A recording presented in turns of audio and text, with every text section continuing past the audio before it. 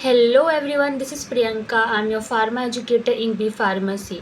तो आज हम मेडिसिनल केमिस्ट्री 1 के यूनिट 2 लेक्चर नंबर 2 कवर करेंगे। तो आज इस लेक्चर में देखने वाले हैं हम सब एडिनर्जिक एंटागोनिस्ट। एडिनर्जिक एंटागोनिस्ट तो एडिनर्जिक एंटागोनिस्ट क्या है? This drug prevent the response of effectors organs to endogenous as well as exogenous। ऐसा ड्रग जो आपका रिस्पॉन्स को प्रिवेंट करे। इफेक्ट्स कौन से ऑर्गन के लिए? एंडोजीनियस और एक्सोजीनियस के लिए। वो कौन है? एड्रीनलिन और नॉर एड्रीनलिन रिसेप्टर्स है। ये ब्लॉक करेंगे आपका एक्शंस ऑफ अल्फा और बीटा एडिनर्जिक रिसेप्टर को। Almost all these drugs are competitive antagonists in their interactions with either alpha or beta adrenergic receptor. One exception is phenoxybenzaamine। ये एक ऐसा exception है जो कि irreversible antagonist है that bind covalently to alpha adrenergic receptor। जानते हैं अभी क्लासिफिकेशंस एट अ ग्लैंस। हमने देखा था अल्फ़ा ब्लॉकर्स और बीटा ब्लॉकर्स के बारे में। आज हम उसके डिटेल पढ़ेंगे। अल्फ़ा ब्लॉकर जो होता है आपका, वो कौन सा रिसेप्टर को ब्लॉक करता है, कहाँ प्रेजेंट होता है? एक तरह से अल्फ़ा 1 और अल्फ़ा 2 ये बेसिकली उसके टाइप है, सब टाइप, जिसके एग्जांपल्स में हम देखते हैं कि पैराजोशिन आता है, टेराजोशिन आता है, देन फिनॉक्साबेंजामाइंस आता है। ये इसके एग्जांपल्स हैं।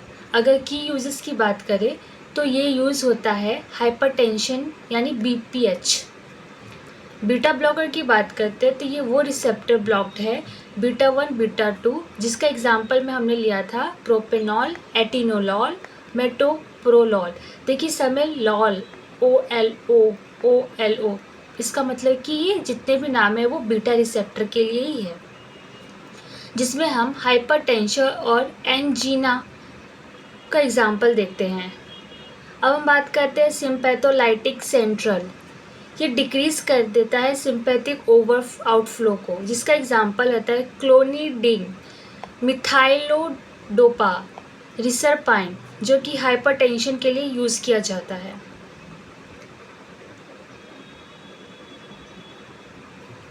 अब बात करते हैं सिलेक्टिव फिजियोलॉजिकल बेसिक क्या है। क्या आप देख रहे हो जैसे कि स्क्रीन पे कि एड्रेनलिन और नॉर एड्रेनलिन ये नाम एक ही है, जो कि ब्लॉक्ड ऑफ वेसोकॉन्स्ट्रिक्टर अल्फा 1 रिसेप्टर को, जिसके कारण आपका जो पेरिफेरल रेजिस्टेंस होता है वो डिक्रीज होता है और कार्डियक आउटपुट शो करता है, जिसके रिजल्ट में ब्लड प्रेशर डाउन हो जाता है। Reflex cardiac occur due to the presynaptic alpha 2 receptor block. Nasal stiffness and moisis due to blocked of alpha 1 receptor. Drug coming under adrenergic antagonist and receptor oriented specially betas blockers के लिए इसे use किया जाता है anti hypertensive.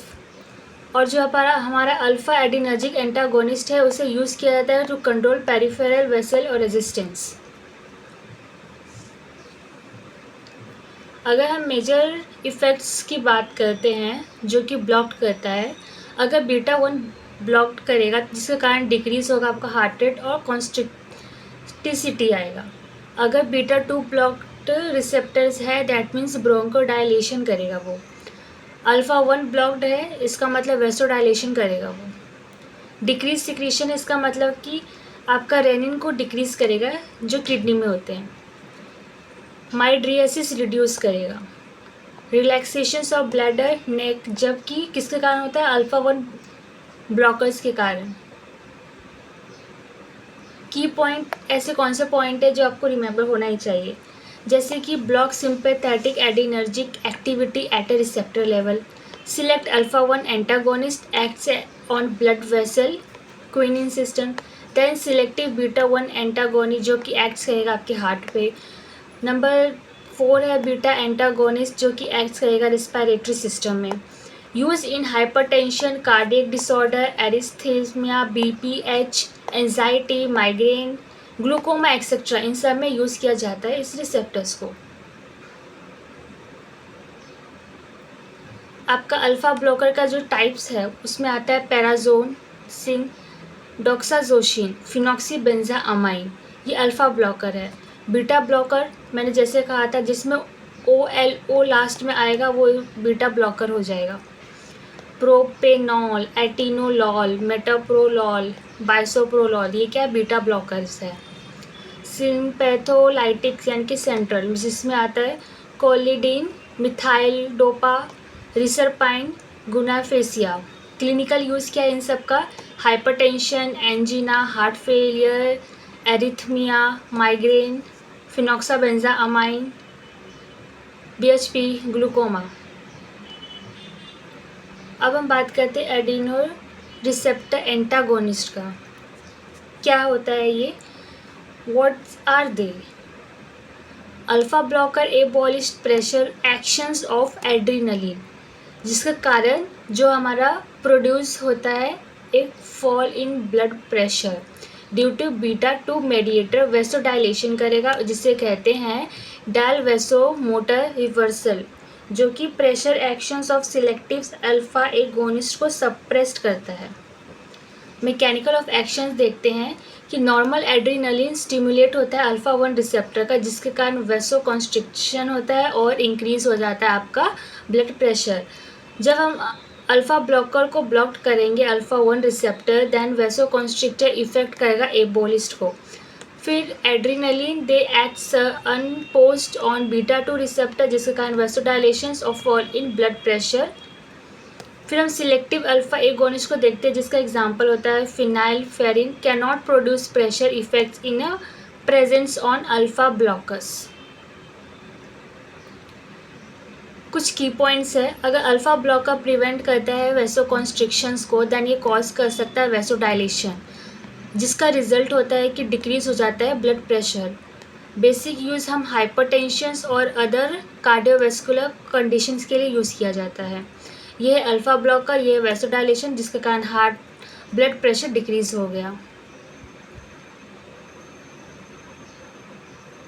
अब receptors अगर बात करें तो एड्रेनर्जिक रिसेप्टर्स यानी एंटागोनिस्ट कितनी तरह की होती है, अगर क्लासिफिकेशन के बेस पे बात किया जाए तो 2 तरह की होगी, alpha blockers, beta blockers. Alpha blockers में सब टाइप्स है, जिसमें आता है non selective, alpha 1 selective, alpha 2 selective. Non selective जो होते हैं वो बोथ अल्फ़ा 1 और अल्फ़ा 2 रिसेप्टर्स के लिए ही होता है, जिसका एग्जाम्पल्स हमने देखा फिनॉक्सीबेंजामाइन। अगर सिलेक्टिव 1 अल्फ़ा 1 सिलेक्टिव की बात करें तो ये प्रिफरेंशियली ब्लॉक करेगा अल्फ़ा 1 रिसेप्टर को, जिसका एग्जाम्पल्स के तौर पर हम पैराजोशिन देखते हैं। पैराजोशिन याद रखना, पैराजोशिन, जोशिन। अगर हम बात करते हैं अल्फ़ा 2 सिलेक्टिव का, देन आता है प्रिफरेंशियली ब्लॉक्ड अल्फ़ा 2 रिसेप्टर, जिसका एग्जाम्पल आता है यूहिम्बीन। फिनॉक्सीबेंजामाइन इरिवर्सिबल भी होता है, रिवर्सिबल भी देखा गया है। फिनॉक्सीबेंजामाइन जो होता है वो इरिवर्सिबल है, और रिवर्सिबल में आता है पेंटोलामाइन। तो ये सब डिवीज़न है नॉन सिलेक्टिव के लिए।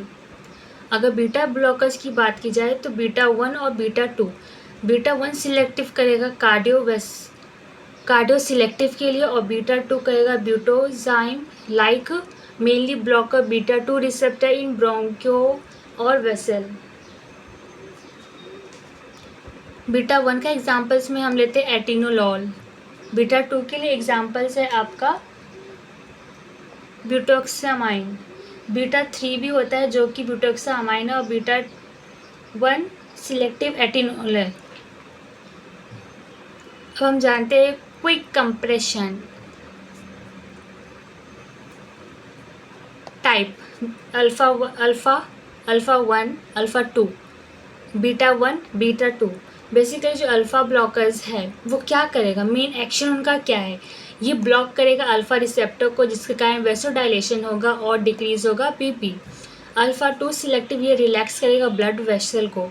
Alpha 2 selective block parasynaptics alpha 2 receptor. Beta 1 selective decrease करता है हार्ट रेट, जिसके कारण डिक्रीज हो जाएगा कॉन्ट्रैक्टाइलिटी और डिक्रीज बीपी। अगर बीटा 2 सिलेक्टिव की बात करें तो ये ब्रोंकियोडाइलेटर वेसोडाइलेटर्स है, ये कोई कंप्रेशन है जो भी हमने इस पे देखा बीटा 1 क्या करेगा, 2 क्या करता है, अल्फ़ा 1 2 ये सब का मेन एक्शन क्या शो करता है, तो ये उनका कंप्रेशन है। अब हम केमिकल क्लासिफिकेशंस अल्फ़ा ब्लॉकर्स के बारे में बात करते हैं। Chemical classifications of a blocker. तो अल्फ़ा ब्लॉकर का क्या क्या केमिकल क्लासिफिकेशन है।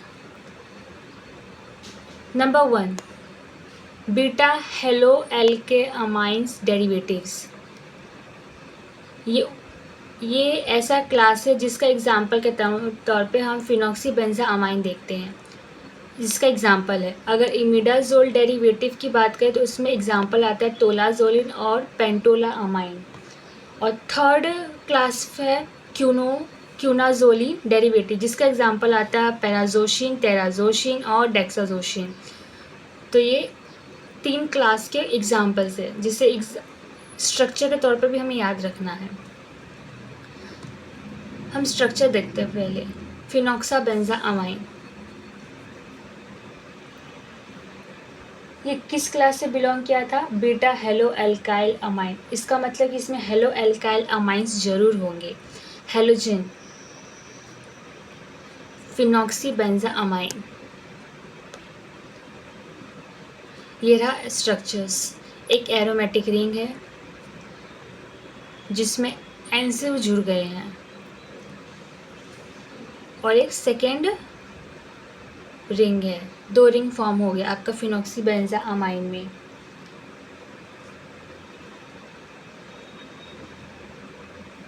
अब हम बात करते हैं टोलाजोलिन। टोलाजोलिन इसका मतलब क्या, जोलिन। जोलिन यानी क्या लगता है, जोलिन क्या होगा, यानी इमिडाजोल। इमिडाजोल ये इमिडाजोल डेरिवेटिव्स है। हमने ऊपर देखा था इमिडाजोल डेरिवेटिव, इसका मतलब कि इसमें इमिडाजोल ज़रूर होगा। इमिडाजोल ये रहा। टोलाजोलिन यानी कि एक एरोमेटिक रिंग जिसमें आपने ऐड किया इमिडाजोल को तो बन गया टोलाजोलिन।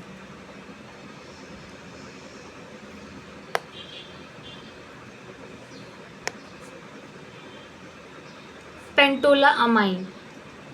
पेंटोलामाइन ये भी इमिडाजोल डेरिवेटिव है जिसमें लास्ट में आएगा इमिडाजोल, देन ये रहा आपका पेंटो, फिनॉल जैसा प्रोनाउंसिएशन दे रहा है पेंटो, और ये है आपका एक बेंजीन रिंग। इसका मतलब ये होगा पेंटोलामाइन, ये सब जुड़ गया।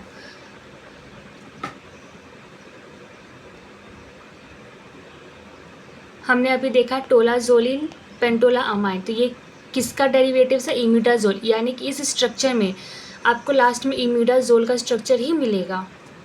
बात करते हैं क्यूनाजोलिन डेरिवेटिव का। तो क्यूनाजोलिन डेरिवेटिव्स में क्या क्या एग्जांपल है, पैराजोशिन, टेराजोशिन, मतलब लास्ट में जोशिन है, ZOSIN, जोशिन। क्या है इस जोशिन में, जोशिन कहा गया है, जोशिन नाम देखो, जोशिन, जोलाइन, क्यूनाजोलाइन जिसका एग्जाम्पल है, टेराजोशिन, डेक्साजोशिन। अगर हम इन स्ट्रक्चर में कुछ कॉमन देखें ताकि हमें रिमेंबर करने में इजी हो, तो हम देखेंगे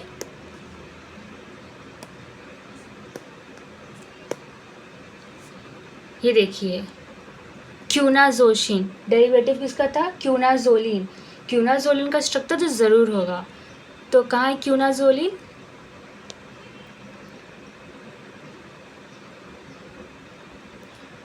ये आपका क्यूनाजोलिन।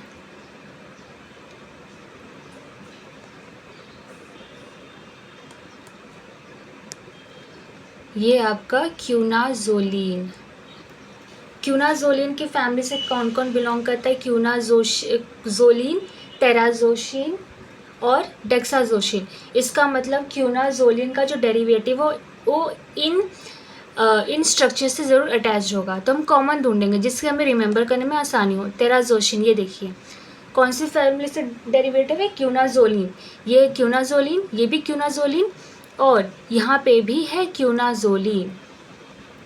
तो ये कुछ कॉमन स्ट्रक्चर्स हमें देखने को मिला। क्यूनाजोलिन, क्यूनाजोलिन, क्यूनाजोलिन। अब नाम याद करो, क्यूनाजोलिन क्यूनाजोलिन। अब हमने क्या लगा दिया, इसे अटैच किया हमने, क्या इसे हमने अटैच किया है NO और एक ये फ्यूरान। क्यूनाजोलिन में हमने फ्यूरान को लास्ट में ऐड किया।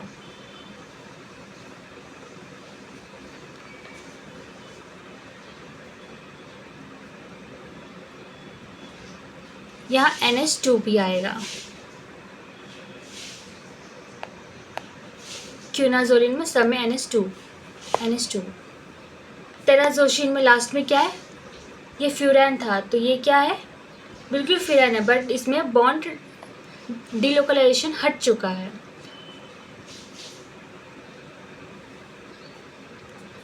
अगर हम इसके दूसरे नेम की बात करते हैं तो क्यूनाजोलिन का अगर IUPAC नेम से हम बात करते हैं तो उसे कहते हैं 4, यानी कि 4 पे आपका अमाइनो होगा, फिर 6 to 7 dimethoxy quinazoline, 2 yl piperazine, 1 yl furan, 2 yl methanone. Methanone क्यों कहा गया, क्योंकि O आया, मिथेनॉन। अगर हम इसके मैकेनिकल ऑफ एक्शंस की बात करते हैं तो ये अल्फ़ा-1 एंटागोनिस्ट होता है, जिसका यूज़ हम करते हैं, रिड्यूस करेगा peripheral vascular resistance and low करेगा आर्टरी ब्लड प्रेशर को। अगर हम दूसरी यूज़ की बात करें तो ये ट्रीट करता है हाइपरटेंशन को, जिसके कारण ये आपका कार्डियक रिड्यूस ओवरऑल कर देता है। टेराजोशिन की बात करते हैं तो इसे 4 में अमाइनो देखा गया है, 6 और 7 पे डाइमिथाइल।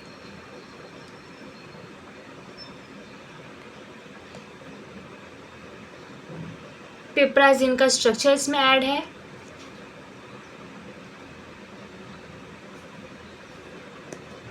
बात करते हैं डेक्सोजोशिन में वही क्यूनाजोलिन का स्ट्रक्चर, जिसमें आ जाता है आपका अमाइनो प्लस आ जाता है आपका एरोमेटिक रिंग। फिर हम देखते हैं आपका आ जाता है पिप्राजोशिन, देन डाइमिथॉक्सी क्यूनाजोलिन, यानी कि 2 मिथाइल रिंग मिथॉक्सी आ जाएगा।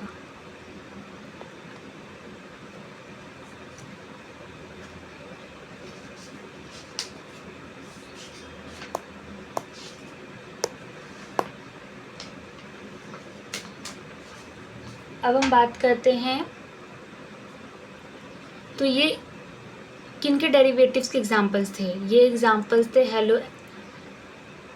हेलो एल्कायामाइन derivative, the imidazole derivative, then आता है क्यूनाजोलिन डेरिवेटिव्स। ये उनके एग्जांपल्स थे जिसके स्ट्रक्चर्स मैंने आपको अभी बताए, किस तरह से आप उसे याद रख सकते हो। ये बहुत सिंपल वे होता है, अगर कुछ आप कॉमन चीज़ ढूंढो अपने स्ट्रक्चर में, जिसके कारण आप अपना स्ट्रक्चर को पूरा भी कर सकते हो, और ख़ासकर नाम में ही आपका स्ट्रक्चर दिख जाता है।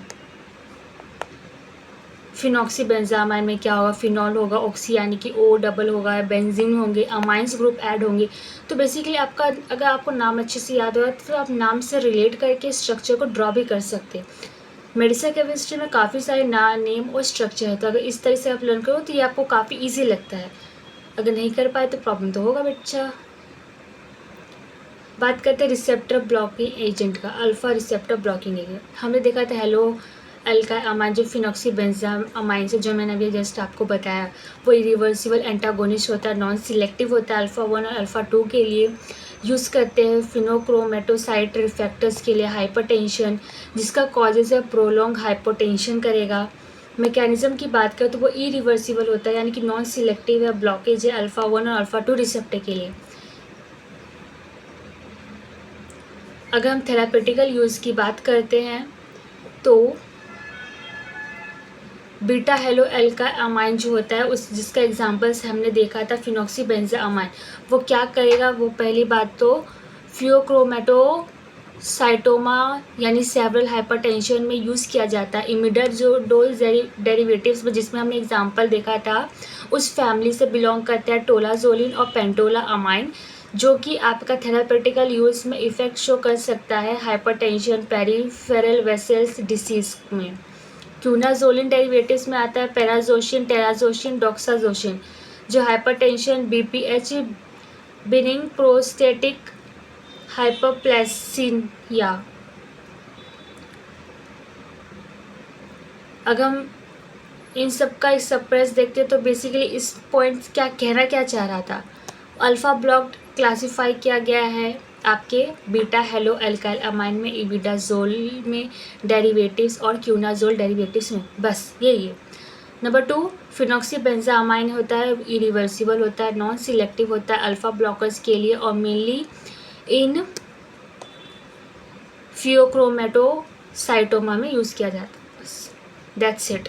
नंबर 3 पॉइंट्स क्या कहता है कि this drugs are vasodilations by blockings alpha 1 receptor, जिसके कारण वो डिक्रीज करेगा ब्लड प्रेशर को। क्यूनाजोलिन क्या करेगा, डेरिवेटिव्स है वाइडली यूज़ करते हैं हाइपरटेंशन और बीपीएच मैनेज करने के लिए। बस लास्ट का की पॉइंट्स ही याद रखिए आप। बेसिकली हमने अब तक क्या देखा था, ये अल्फ़ा रिसेप्टर है, अल्फ़ा 1 अल्फ़ा 2, ये उनके एग्जाम्पल्स थे। अब हम देखेंगे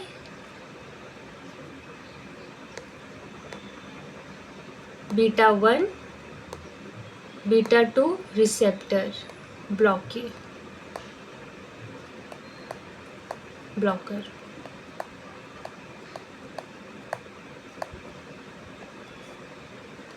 beta 1 beta 2 receptor blocking receptor जिसका हम बात करते हैं। तो बीटा 1 बीटा 2 में एग्जाम्पल्स होंगे आपके सिलेबस में ही, एक तरह से एग्जाम्पल दिया जाता है, एग्जाम्पल के बेस में आपको उस चीज़ को पढ़ना रहता है। तो कॉमन स्ट्रक्चर्स लाई में, जिसके कारण आप इस इजीली नेम को याद कर सकते हो।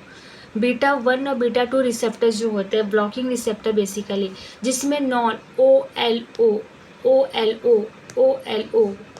इसका मतलब कि ये बीटा ब्लॉकर है। प्रोपेनॉल, एटिनोलॉल, एस्मोलॉल, मेटोप्रोलॉल, तो इसको याद कैसे कर सकते हो आप। तो जो हमारा प्रोपेनॉल होता है टाइप 1 रिसेप्टर्स होता है बीटा 1 और बीटा 2। ये स्ट्रक्चर देखिए, O है, देन मिथाइल, वापस से OH, फिर से मिथाइल NH और R2। ये कॉमन स्ट्रक्चर है जिसमें आपको R1 के प्लेस पे R1 ऐड करना है, R2 के प्लेस पे R2 ऐड करना है।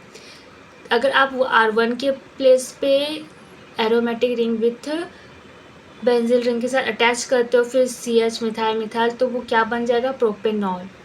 फिर आता है टाइप 2 एटिनोलॉल। बीटा 1 रिसेप्टर में R1 की जगह आपको क्या ऐड करना है, CH2CONH2 लगा हुआ एक एरोमेटिक रिंग, और फिर वही सेम कॉमन R2 के बदले आपको CH NH3 और CH3 को ऐड कर देना है NH के साथ ही, तो बन जाएगा एटिनोलॉल। एस्मोलॉल किस तरह से बनाएंगे, ये वो टाइप बीटा 1 रिसेप्टर है, जिसमें आपको रिसेप्टर R1 के बदले आपको क्या ऐड करना है, एक एरोमेटिक रिंग जिसके ऊपर होगा आपका मिथाइल रिंग जो O है, H3C ऐड करना है, फिर CH3 मिथाइल आपको ऐड कर देना है। इसी तरीके से आगे जितने भी स्ट्रक्चर्स आप इजीली बना पाओगे। मिथोप्रोपेनॉल बीटा 1 रिसेप्टर, अगर प्रोपेनॉल की बात करते हैं तो ये देखो कॉमन स्ट्रक्चर, कॉमन है, कॉमन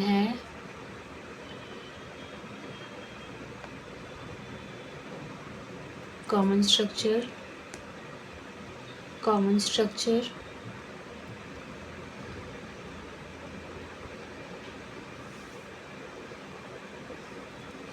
प्रोपेनॉल, एटिनोलॉल, लास्ट में ये भी कॉमन है एटिनोलॉल, एस्मोलॉल, मेटोप्रोलॉल।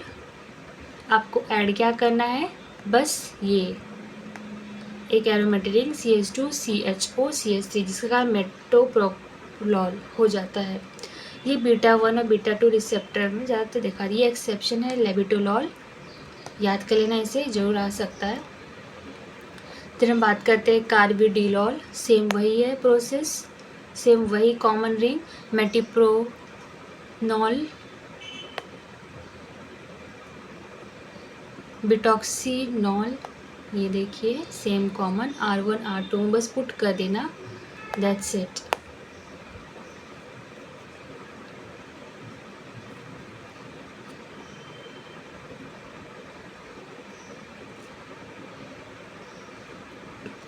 आपकी बुक में इस यूनिट पे एक स्टार मार्क दिया गया, इसका मतलब कि आपको उसके बारे में बताना है, प्लस सिंथेसिस भी एक तरह से आपको बताना रहेगा। तो तोलाजोलिन का सिंथेसिस कैसे हुआ? पहली बात आपको बेंजाइल साइनाइड लेना है, ये रहा बेंजीन रिंग जिसके ऊपर साइनाइड लगा हुआ है। अगर हम कोई भी इथेनॉल या फिर ETOH से हम ऐड करते हैं या फिर उसमें हम डालते हैं उस रिएजेंट को, तो ये इमिनो ईथर बन जाता है। सेम वही benzyl ring but OET add होके एक और आपका बॉन्ड आ जाएगा विथ NH के साथ। फिर H2N और NH2 को हम ऐड कर देंगे, जिसके कारण ये इमिडाज़ोल प्रिपेयर हो जाएगा और बेंजीन रिंग में अटैच कर दो इमिडाज़ोल का, क्योंकि जोलिन कौन सी फैमिली डेरिवेटिव्स है? इमिडाज़ोलिन के से, इमिडाज़ोलिन से ये बिलोंग करता है ये फैमिली।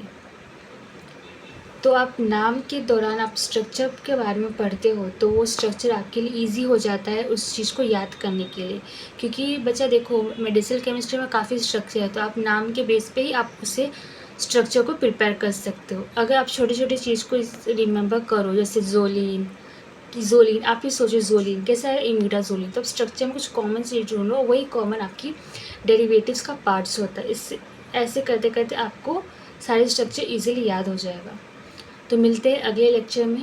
Thank you.